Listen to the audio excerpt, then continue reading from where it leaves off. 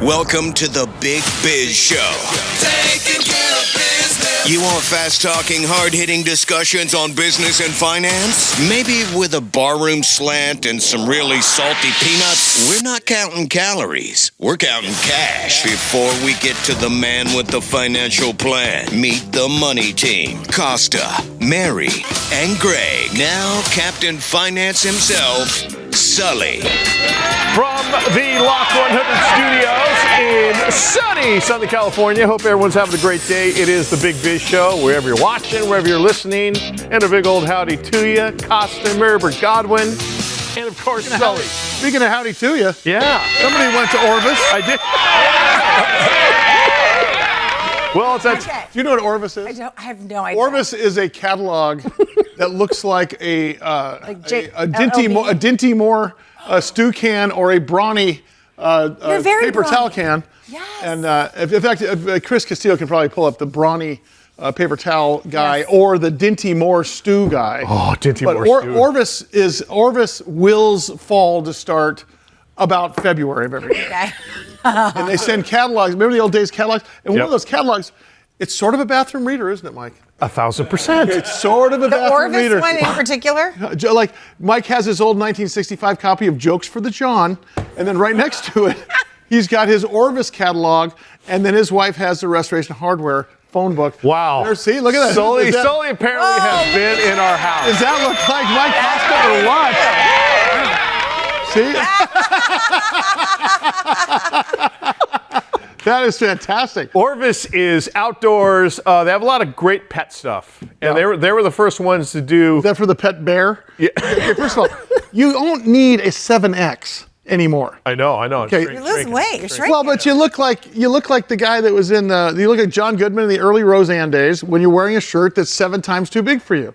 You know, I mean, how about stuffing 10 pounds of, in a 5-pound bag every once in a while? Maybe you look a little thinner. My wife the other day said, you look like the kid at the end of Big. Oh, yeah. I know, because you're getting in shape. Plus, with what we're doing with Vivos and the OSA thing, you're going to be smaller. Yeah.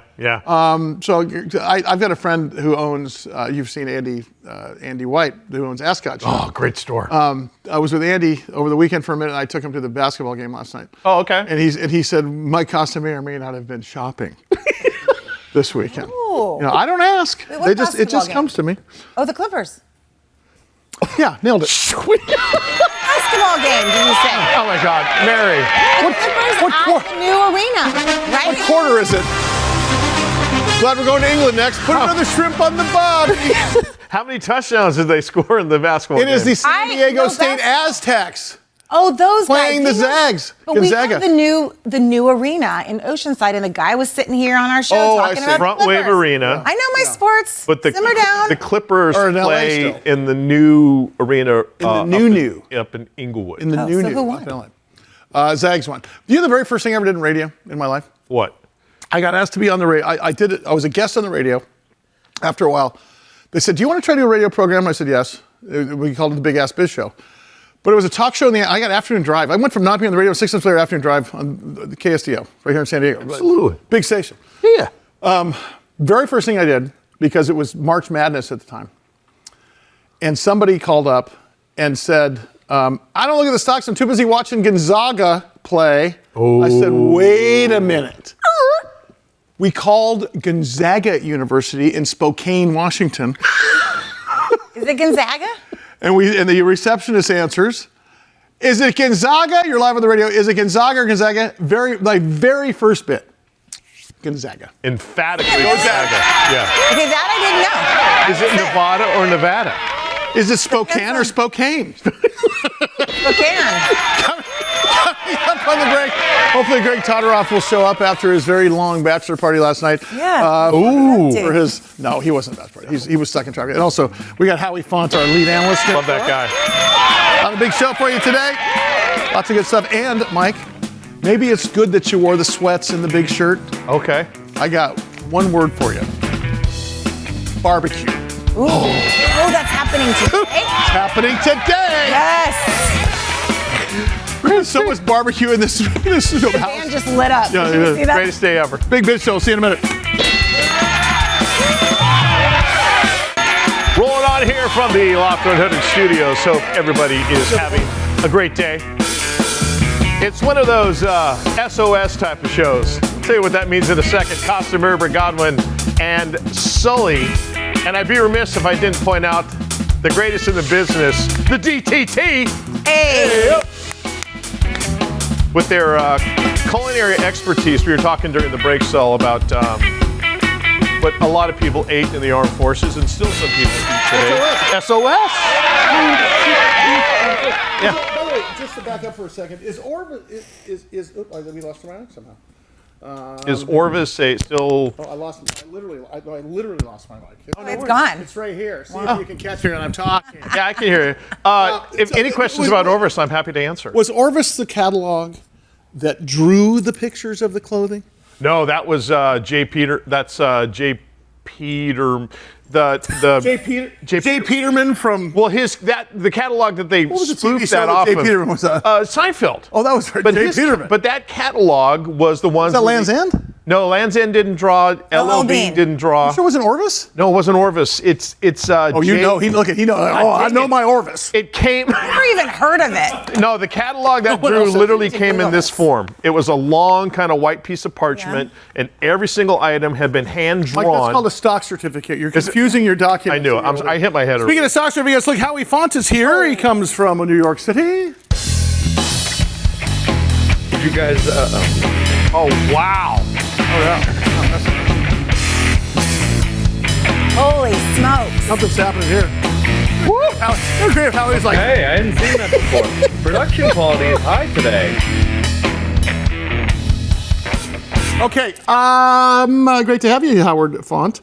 So the market is showing some weakness today after Ukraine used 6 U.S.-made long-range missiles What could go wrong? to strike inside of Russia.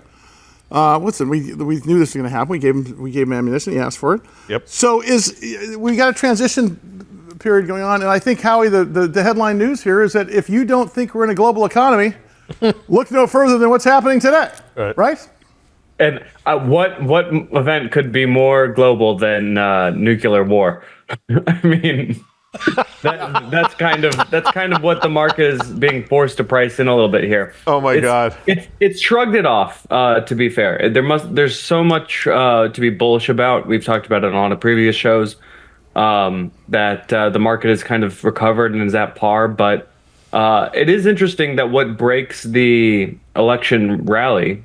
Yeah, because the market hasn't been down since the election, right? Right. This was the first down open, and it's because you do have to say, if Russia's redoing its nuclear policy, which they did after this attack, and now we have, an escalation in this period, it means it's one of the most dangerous transition periods that have ever taken place, and.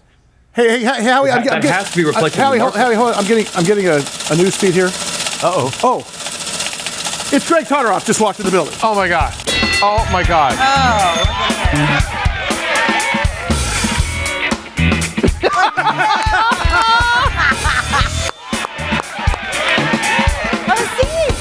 There we go. Thank you. All right, back to Howie Font. Greg we can start the show now. Greg apparently has his own walk-on music now. Ahoy, Polloy. Rolls in the deal. So Howard, not to interrupt you here, but the market is down for the first time since the election, along with oil and gold seeking new highs. Now, obviously, gold is thought of a hedge against inflation, but I'm going to give you a couple stocks here. GLD is an exchange-traded fund and a stock. IAU is a gold exchange-traded fund. Trades like a stock. The oil, USO, exchange-traded fund oil. Howie, since the trend is your friend, would this be the time to talk about shorting some commodity-type stocks, or is this the time to double down on these stocks because we've got some global interference going on? Well, gold and oil have different seasonality than maybe the rest of the economy, but gold is on a general uptrend. Goldman Sachs just put out a price target, putting it at $3,000 sometime in 2025, which I don't know if you guys know this, we're almost in 2025. We're currently trading at like $26,000. But I wanted to just check in with Greg. Pro, con nuclear war? Do you have any opinion? Just a pop quiz for the class? No. I'll pass. I'll pass on that. Here's my vote. Yeah. Thank you. Yeah. Launch. No, that's the last And thing then- we need. Yeah, pretty Yeah. much. Getting a look. Very. Nuclear winter. Yes. Do you have an opinion on Ukraine and Russia, as in terms of? I mean, Russia. It'd be like us taking over Mexico. Yes. They were once called California. Yep. Now they're called Baja California. We're bringing California back, and then all of a sudden you got, Yeah. right? Yep. That was just literally what's happened. Yeah. Okay. And a country that has no chance or had no chance to defend itself until the Allies came together. Yeah. And nobody wants nuclear war, but at some point, Ukraine has a right to answer back in any way they see fit, as long Right. as it follows through the Geneva Convention and UN guidelines. Correct? Yep. Howie, what's the take on this thing, and how does this all weave into the economy? Yeah, I think you're right on the rights part, on what they're morally allowed to do. I think the market is looking more at the consequences of what that action would be. So now that we have, a looser proxy war between U.S.-made long-range missiles hitting Russian soil, how would we feel about that? It's for them, they don't really have that much of a response except for the nuclear threat. So that's why things are getting a little unduly hot. So I think the question has got to be: is the Ukraine conflict with Russia priced into the market already? It seems to have. It seemed to have been shrugged off by the market today. We started down for the first time, like we've been saying since the election, and we've now broken back to par. It's a pretty anemic day in the market, but that's okay. One thing that might be helpful for context is a market inflow, is when you have more money coming into the market than going out. Yep. The market has only had inflows 9 days in a row 4 times before. We just went through a 9-day period. So there's a lot of exuberance. What's interesting here is there's a thing called technical analysis, or reading charts, that when you look at a stock, you can tell with some degree of certainty, because the emotions of the market run the market. Okay, I mean, the market runs on 2 emotions: fear and greed. Even institutionally, it runs on fear and greed, but oftentimes way ahead of when we get the news. And there was a man called Elliot, I forget his first name, but he created the Elliott wave principle back in the 1920s. Basically, he noticed patterns of crowds of people when certain things happened. And he was able to graph those reactions on a point and figure chart, and realize that you could almost predict the next thing is going to happen with a crowd based upon what they did last time. Here's a great example of this. If you bought a stock at $100, okay, and you used your last nickel to buy it, okay, and it dropped down to $80, okay, you probably don't want to sell at 80 because you just lost $20. It was all the money you had. But what do you think you're going to do when it hits back 100 again? So stock is $100, drops to 80, goes back to 100. What do you think most people are going to do? They're going to sell it. Yeah. Okay. That's technical analysis. That's predictive technology. If you use what's called a moving average convergence divergence, an MACD indicator on technical analysis, it'll tell you a short-term moving average and a long-term moving average. When both moving averages are going in the right direction, okay, the trend is your friend. Whether it's up or down. If oil's doing down, short-term, long-term, right, you can almost predict when it's going to happen. When one of those lines crosses over the other, okay, let's say a short-term line crosses over a long-term line. Now you have an inflection point. And it's actually called a death cross when you look at a chart. And it'll tell you if a company is where a stock's going to go. Now there's another indicator called a stochastic oscillator, and it'll tell you if something is too expensive for a recent time period. So now, all of a sudden, if bread goes up, you normally pay $2 for a loaf of bread. The supply chain for flour gets blown up, and now bread is $5, okay? That would be an overbought indicator, okay? The price is too high for its normal price range. Howie, I predict that the market was a little overbought, a little high for its trading range. Would you agree with that? No, that's exactly right. I mean, these things are going to balance themselves out. It doesn't necessarily mean that, the price of bread doesn't collapse to 10 cents, but it does come back down to, like you said, its mean. It reverts to closer to its average price over time. Does it come all the way down to 2, though? If Sometimes it doesn't. Now, and it's interesting you say that, because there is something called a Fibonacci retracement. Fibonacci is a series of numbers. The sequence. Goes like this: 1, 3, 4, 7, 12. See what I'm doing here? Yeah. 1 plus 3 is 4, plus 3 is 7, plus 4 is 11. Okay. Right? So you take the previous number and add it. That's a Fibonacci sequence. It's also mathematically what creates a shell. Okay? Ooh. Fibonacci is seen in nature. This is a Fibonacci retracement. 66 and 33 is a Fibonacci number. You can retrace stocks back down 33% if the stock's going up and you didn't get in. If it goes down 33%, it's a good entry point. But if it breaks through, it's going down to 60 something. This is all predictive technology based upon the fact that we're fish. Howie, I know there's certain financial information we really can't talk about, but what's a good company for like lead-lined underwear or iodine? I think there's going to be a boom. I don't know about that, but you can buy uranium in an ETF. I think that's possible. You want to go the other way. See you tomorrow, Howie Font, our big biz. Coming up. I have no idea. It's going to be good. I don't think I got it. Wherever you are watching or listening, we appreciate you being along for this crazy ride. In some parts of the world, it's known as the Large Financial Program, but most of the world knows it as the Big Biz Show. The Loft 100 Studios. That's on Mike's podcast. It is. Costa Mary Godwin, Greg Todorov, and of course, Sully. That's right. Are you all right? You almost asphyxiated during the He told me a break. joke while I was mid-sip, and I just almost spit out red V8 juice all over the table. So Do you know what I love about Mary? Almost A million little accomplished. things. Mary's been with me for a long Million time. little things. A million little things. But the fact that there's not a single woman on the earth that would drink V8 juice. She loves V8 juice.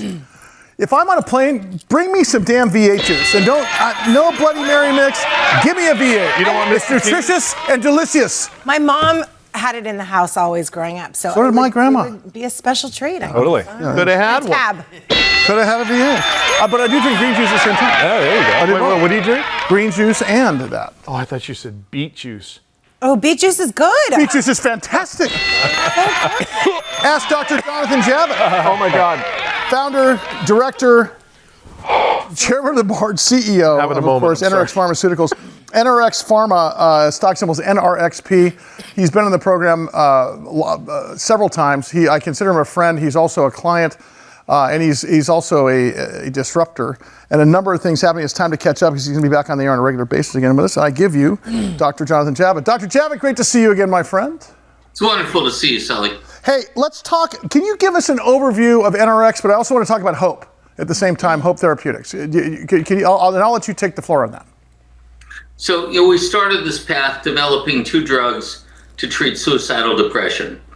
One is a derivative of ketamine that will, at least from all the clinical trials data, decrease suicidality very quickly, within a matter of hours.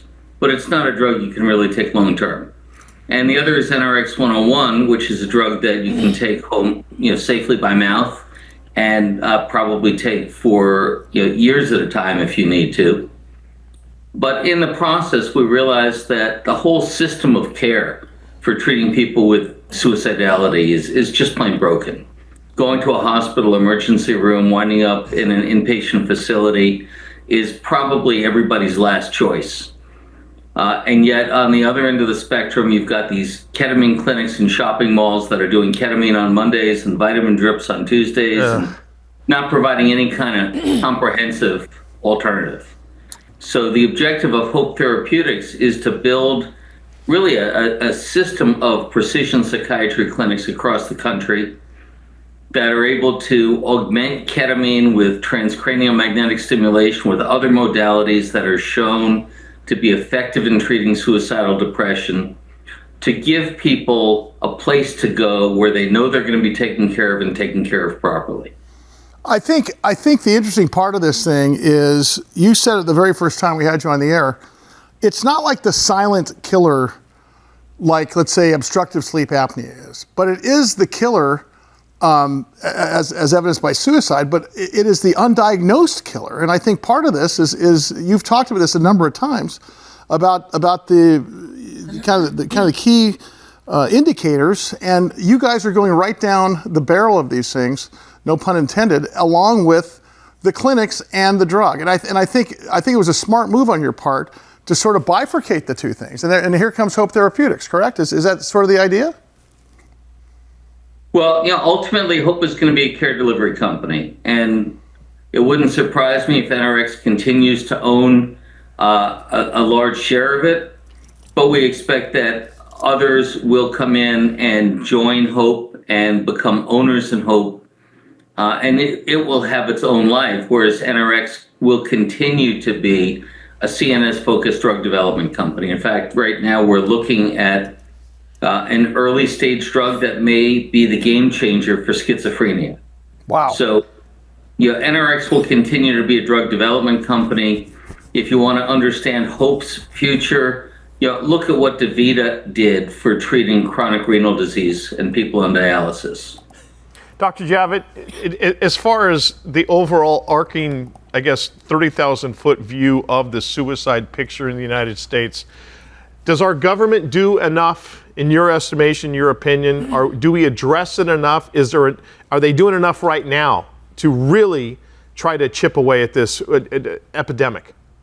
Well, not nearly enough. I mean, the CDC is certainly telling the story as it is, that at least 3.8 million Americans make a plan to kill themselves every year. Oh, God. They say that about 50,000 people actually do it, but it's probably much more than that, because many deaths that are indeed suicide are not labeled as such. But even with the mislabeling, the CDC is telling us that an American kills himself or herself every 11 minutes. Wow. When you say, are we doing enough? Until a year or two ago, other than electroshock therapy, Yeah. and other than confining people to a psychiatric hospital, we really had very little to do.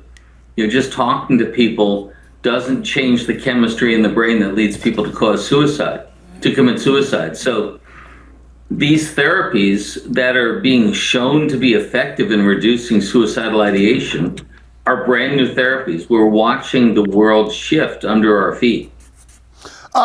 Jonathan, let's talk a little bit about PTSD, because it's something you brought up in the very beginning, and I know you have experience with that. We're a military town in San Diego here, where we broadcast from. We're obviously on American Forces Network in 175 countries and all the ships at sea. We always get a lot of email after you get on the phone. You've had breakthrough research and targeting regarding PTSD. Can you talk about that a little bit, and how we're doing, and how this could change that landscape? So our immediate objective is to get our lead drugs approved for treating suicidality and depression. And clearly PTSD is coming. It's a slightly less well understood disease. It's harder to measure, but it's a lethal disease, as everybody in a military town knows. In your opinion, is there light at the end of the tunnel here sooner than later because of some of the therapies you're doing, or is this going to be a long road either way? I think that not only is there light at the end of the tunnel, but I think of a tunnel as sort of a long thing with light far away. I'd say dawn is breaking. Oh, that's good. Jonathan, before we let you out of here, as the CEO of a publicly traded company, once again, NRX Pharma, NRXP is the stock symbol, NRX Pharmaceuticals. Talk about what you're looking forward to most in 2025, other than coming out here on a regular basis and us hanging out a little bit.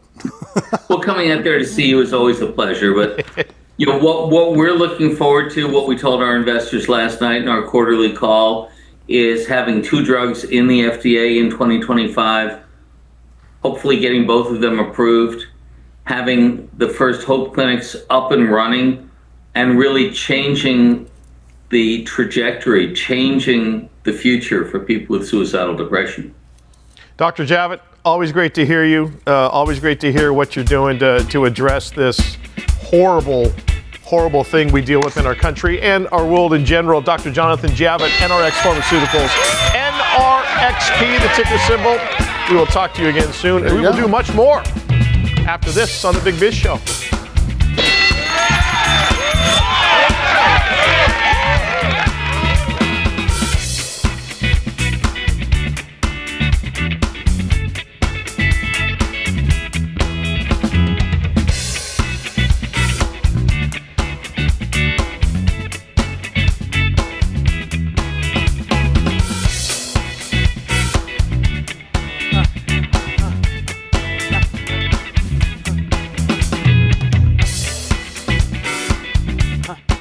in over 175 countries and all the ships at sea on the American Forces Network.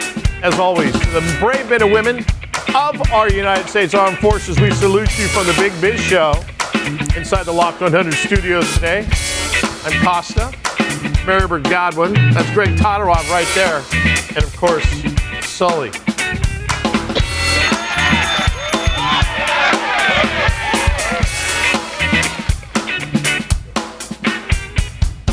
No, just keep going. We have ourselves a jam session. Oh, no.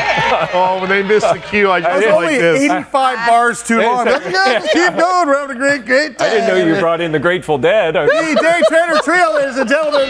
Grace is grooving. Great poll, Greg. You know what happened? This is what happened. Everybody in this entire studio is off because we found out that Kendrick, the joint barbecue guy, is coming in. Yeah. That's what Trace is thinking. Did you guys know that? Of course you do. See, the whole place is messed up. You get a little bit of food in this place, especially if it's Kendrick's barbecue. Yeah. This is like the barbecue you see like on Food Network barbecue. Oh, yeah. Oh, yeah. Like, Good stuff. he he uses words like shank. Yeah. And tri-tip and low and slow and rub. What are you talking about? Wait a minute. You talking about barbecue? Such pigs, huh, Mary? Just pigs. Pigs. He's bringing pork, too? You realize that Wall I'm Street... the only female in here still. And he's also bringing food. Oh, Yeah, everybody. try the clams. Okay. Yes, the Wall Street Journal called us Business with a Barroom Slant about 15 years ago. We're at 125 million TV homes daily in this country, as well as American Forces Network on radio. And of course, let's not forget Bloomberg internationally. But one of our favorite things that happens is when we get someone referring us a publicly traded company. Since we don't just interview publicly traded companies, we interview barbecue companies too, apparently. But this company here, Envoy Medical, we got the CEO, Brent Lucas, coming in just a second.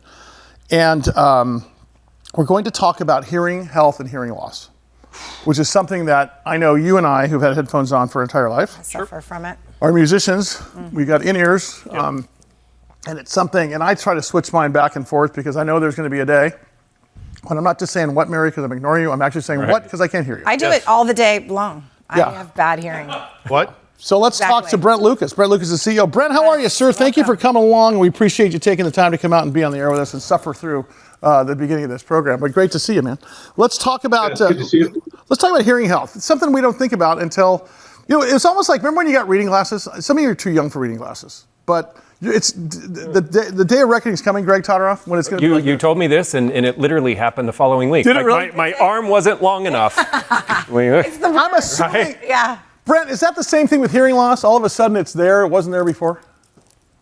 Really depends on the situation. I think for some people it is something you're born with, obviously. So some children are born hard of hearing or have profound deafness. Other people lose it throughout their life because of sound exposure. And then some people do wake up and all of a sudden find out that they've had sudden hearing loss. So it's all over the gamut, so to speak. Hey, Brent, much like when your eyesight goes, that's because of rods and cones and all that good stuff in your eyes. Is it a deterioration within the ear mechanism, eardrum, all the smaller bones that causes most? What he's really asking is, does booze cause hearing loss? If I keep pouring bourbon in my ear, will it help? Does eating too many Funyuns and Bako Bits cause hearing loss? No, it's actually a good question, I hope Mike. not. Yeah, no, I would tell you that it really depends on the type of hearing loss, but the most common form of hearing loss is called sensory neural hearing loss, and that is where your cochlea, which is sort of your inner ear, it's the business end of your hearing loss, that has these little hair cells in there, and as they die off or get damaged, that can lead to hearing loss. That's the most common form of hearing loss. So yes, as you listen to too many rock concerts, wear your AirPods too long, like I do. I fall asleep with my AirPods at night. Probably doing some damage to my hearing loss, frankly. What about the volume of the TV? Because my parents were older and had the volume so loud, and now I'm the same. My kids have it at 25, and I'm like, you got to crank that upwards of 40 because I cannot hear it. Really? Yeah, I'm pretty. I need whatever you got going on. I need it. And that's why you're here, Brent. So. Hey, Brent. By the way, Brent's company is publicly traded under the stock symbol COCH on NASDAQ. It's Envoy Medical. Talk about your solutions, because those who suffer My father is 96 years old, God bless him, and if I talk to him on the phone, he's got hearing devices, and he's a pistol on the phone. But in public, because there's ambient noise, and I know, Brent, you're very familiar with what I'm about to say here. Ambient noise, he may as well be in a box. Because if there's any sort of ambient noise out there, including in a restaurant, plates tinkling, or it's your home, the water's running, even the TV in the background. Talk about your solution, though, because my dad would rather suffer in silence than be a burden, which I think is just tragic. Sure. So we have two devices. We have a fully implanted active middle ear device. It's called the Esteem. That's been FDA approved since 2010. And that device picks up the sound from the ear. So we don't use any external microphone. So you talk about your dad being in a restaurant, ambient noise. One of the problems with hearing aids that so many people are familiar with is they pick up all of the sound in the environment and kind of amplify everything at the same level. But our device picks up the sound through the ear, so you get the natural benefit. I always point to our big floppy thing on the side of our heads. Those are called a pinna. They were designed, or they were evolved in a way to work with your brain, to pick up human speech, to pick up noise, and then work with your brain. Just like we both hear, or we both see with two eyes, we hear with two ears. And our brain was developed to hear through that. So when you can leverage the ear, which is what we're known for, that is our sort of secret sauce. We pick up the sound through the ear and then leverage that to deliver the therapy to the cochlea, which you see there is that snail-shaped thing. That's basically the end of your hearing nerve, which is what picks up the sound. Brent Lucas, the CEO of Envoy Medical, their NASDAQ ticker symbol COCH. Brent, one of the favorite things we like to do with my dad is when he have his hearing aids in, is just to sit there and talk to him and go, and he's always going like that. That is evil. It totally is evil. Is there anything you can do to improve ear health before you get to the point where I'm calling you and saying, Brent, I give up, let's go, I want my hearing back? Sure, and I'll tell you a funny story is when I tell people I work in the hearing industry, the first thing I always get is, what was that? And I fall for it all the time. What was it? And I work for a hearing company. So the answer is yes, you can do some things to help your hearing health. If you're younger, you should be wearing ear protection pretty much in any loud environment. So if your job or you go to a loud concert, you should always be wearing some sort of ear protection. And then there's also some drugs. So it's called ototoxicity. So there are some drugs that can actually harm your hearing. So be mindful of which drugs those are. Painkillers, for example, certain chemo drugs can do more harm than to your ear. I real quickly. So what you have resolved for me, as I'm looking online here at your stuff, is that my dad would suddenly not have to deal with just one encode, decode sort of arrangement. You've been able to bifurcate or even trifurcate in some levels. My in-ears show several different drivers in here, where it's a bass driver, a mid driver, a music driver. I know it's not a musical sort of a device, but you've been able to separate out spectrum, it seems, by way of a bio device. Yeah, the beauty of our device is that it's working with your ear. So we don't have to rely on a microphone. We don't have to rely on artificial microphones picking up the sound. We rely on the ear. Now, we do process that signal, so it's not a perfect analog, but we do process that signal for the patient. But really what we've been able to do is give a person a way of hearing without being tied to it. So, you see somebody with a hearing aid or a traditional cochlear implant with a big external device, they're tied to that all day long. Your hearing loss is 24 hours a day. Your hearing solution should also be 24 hours a day. One of the things that people don't think about is the single mother at home who can't hear her child cry at night because she has to take off her hearing device. Our device is with you all day, every day, and that's really what sets us apart from everyone else. Now, Brent, are these covered by insurance? I see something called the Hearing Device Clarification Act, because it seems like maybe they're not covered yet, which seems ridiculous. It is ridiculous. I'll start there. Yes, the first device, the Esteem device, is not currently covered by Medicare. Medicare calls this a hearing aid, which it is not. This is a hearing implant. And there are other hearing implants that are covered. So we're working towards getting this covered and hopeful that CMS and folks in Congress and maybe the administration, the current one or the incoming one, will help us get this passed. Essentially what our devices are for when hearing aids are no longer good enough for you. When hearing aids aren't working for you, you can't hear well enough with them, or maybe they're not conducive to your lifestyle for a particular reason. But for example, let's say you have bad eyesight and you can't change the hearing aid batteries and you need something with you all the time. This is a perfect example of when our device could be something that you need. So we're pushing that. We have a bill in the House and a bill in the Senate. And hopefully, an act of Congress is probably harder to predict than an act of God, but we're hopeful that things will come along. Honestly, I need to follow up on this because we're going to get a million emails that this is going to end up being a public service. Well, Brent, the bottom line is we all have older parents, older friends, and stuff that all deal with it. So yeah, we're hitting the tip of the iceberg with you. He's Brent Lucas, CEO of Envoy Medical, NASDAQ ticker sign COCH. Brent, appreciate it. We'll get you back on soon. We are inside the Lock 100 studios. Wherever you're watching and wherever you're listening, thanks for being with us. Coming to you from sunny Southern California. It is the Big Biz Show. I am Costa, Lumberjack Man, Barrett Godwin. No. Brawny. Dinty Moore Man. Greg Todorov, and of course, Sully. There's Mormons and there's Dinty Mormon.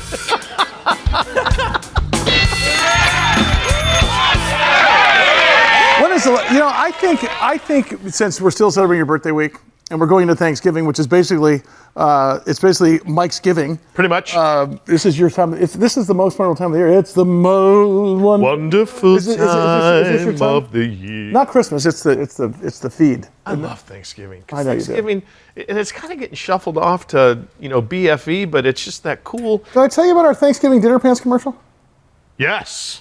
Chris Castillo, our producer. Chris, could you just Google? She's wearing them right now. Thanksgiving dinner, stovetop Thanksgiving dinner pants, because I'd like to on the next program air the Thanksgiving dinner pants promo for Mike, because we may have to do another commercial this year. Why not? Because you don't need regular pants on Thanksgiving. You need Thanksgiving dinner pants, which by the way have a fold-over waistband that folds back up to catch the stuffing.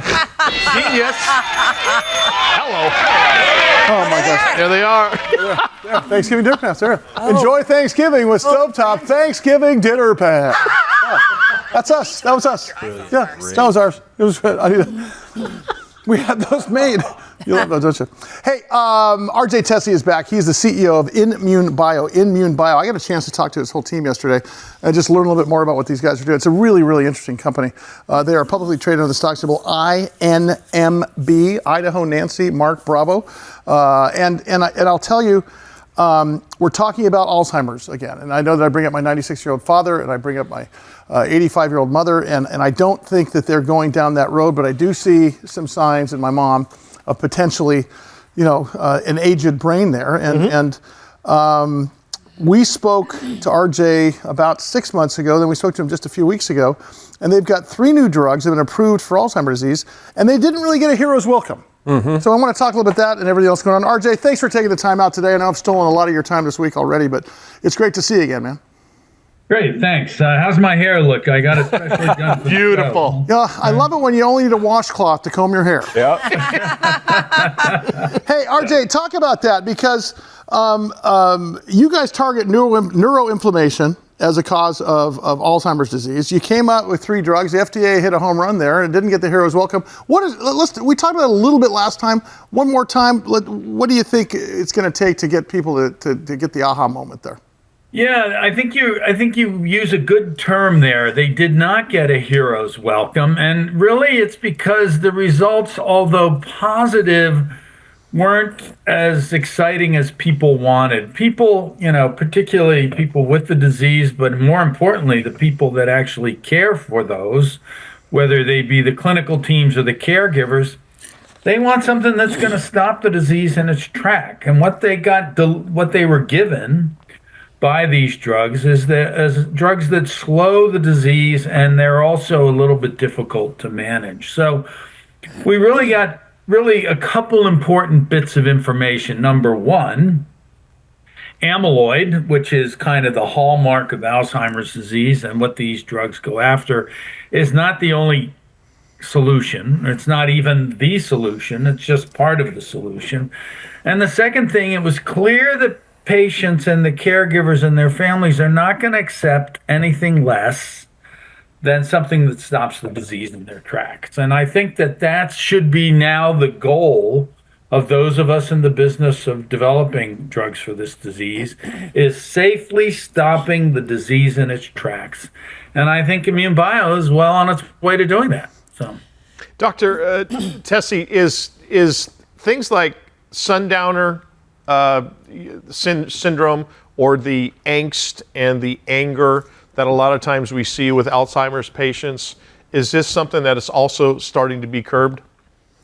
So you bring up some interesting points. So the sundowning is something that really occurs with more advanced disease. And I will say that right now, all of us in the industry, including Immune Bio, focus on milder forms of the disease, because by the time people get to the point that they're sundowning, in fact, that they've lost a lot of, shall we say, brain cells, and it's really hard to recover them. Hey, RJ, real quick, let me interrupt real fast. Can you, just for our audience, define sundowning real quickly? I want to make sure everybody understands. Sundowning is what happens. It's usually patients where they get quite cranky and difficult to manage, and even can get aggressive and quite nasty. And it often occurs late in the evening when they're heading off to, when you're trying to get them to bed. It's not as much related to change in light levels as a change in, it's time for them to move from one place to another. Oh, okay. So it's been they've taken the word sundowning, but I really want to go back to the point about these behavioral issues that were mentioned. Things like aggression, depression, sleep disorders. These are part of the disease very early on, and in fact, even in patients with not overt cognitive decline, they can, their disease can be manifest as something like suddenly, where before, they spilled milk and they went, oh, I spilled milk. Suddenly it becomes a major big deal. So these changes in behavior are part of the disease, and they are particularly related to neuroinflammation. Neuroinflammation is a real driver of these kind of behavior abnormalities. You see it in Alzheimer's, you see it in depression, you see it in diseases like PTSD. Go ahead. I was going to say, well, what sort of things cause that neuroinflammation? Do we know? So we do know a lot about this. So I'm going to tell you something. You're going to go, oh, really? The most important thing is age. It's a disease that correlates with age. And like you said, oh, really? But let me tell you why age is important. What happens is, as part of our natural aging process, cells are turning over. So the cells we were born with in our brain or in our heart or in our liver aren't the same cells we have when we're 60 or 70. Right. The natural history is they turn over and they undergo what's called senescence. That means they shrink away and then they're replaced by a fresh new cell. But when they shrink away, the immune system is supposed to come and gobble them up. Take out the garbage, so be it. The problem is, as we get age, the immune system gets less active, and we begin to leave the garbage around. It's kind of like your husband. He won't take out the damn garbage, right? And it becomes a mess. And it becomes a mess in the patient. And so that causes inflammation. So number one is age, and it's due to weakening of the immune system that occurs naturally as we age. I'm only 29. So I know you're fantastic. The stock ticker INMB. And of course, you can go to the website, Mike? The website is Inmune Bio, INMUNEBio.com. There you go. RJ, thanks so much, bud. We'll see you next time. Unbelievable. I love how he just puts it out for the rest of us. That does it for us today. More Big Biz coming up tomorrow. See you then.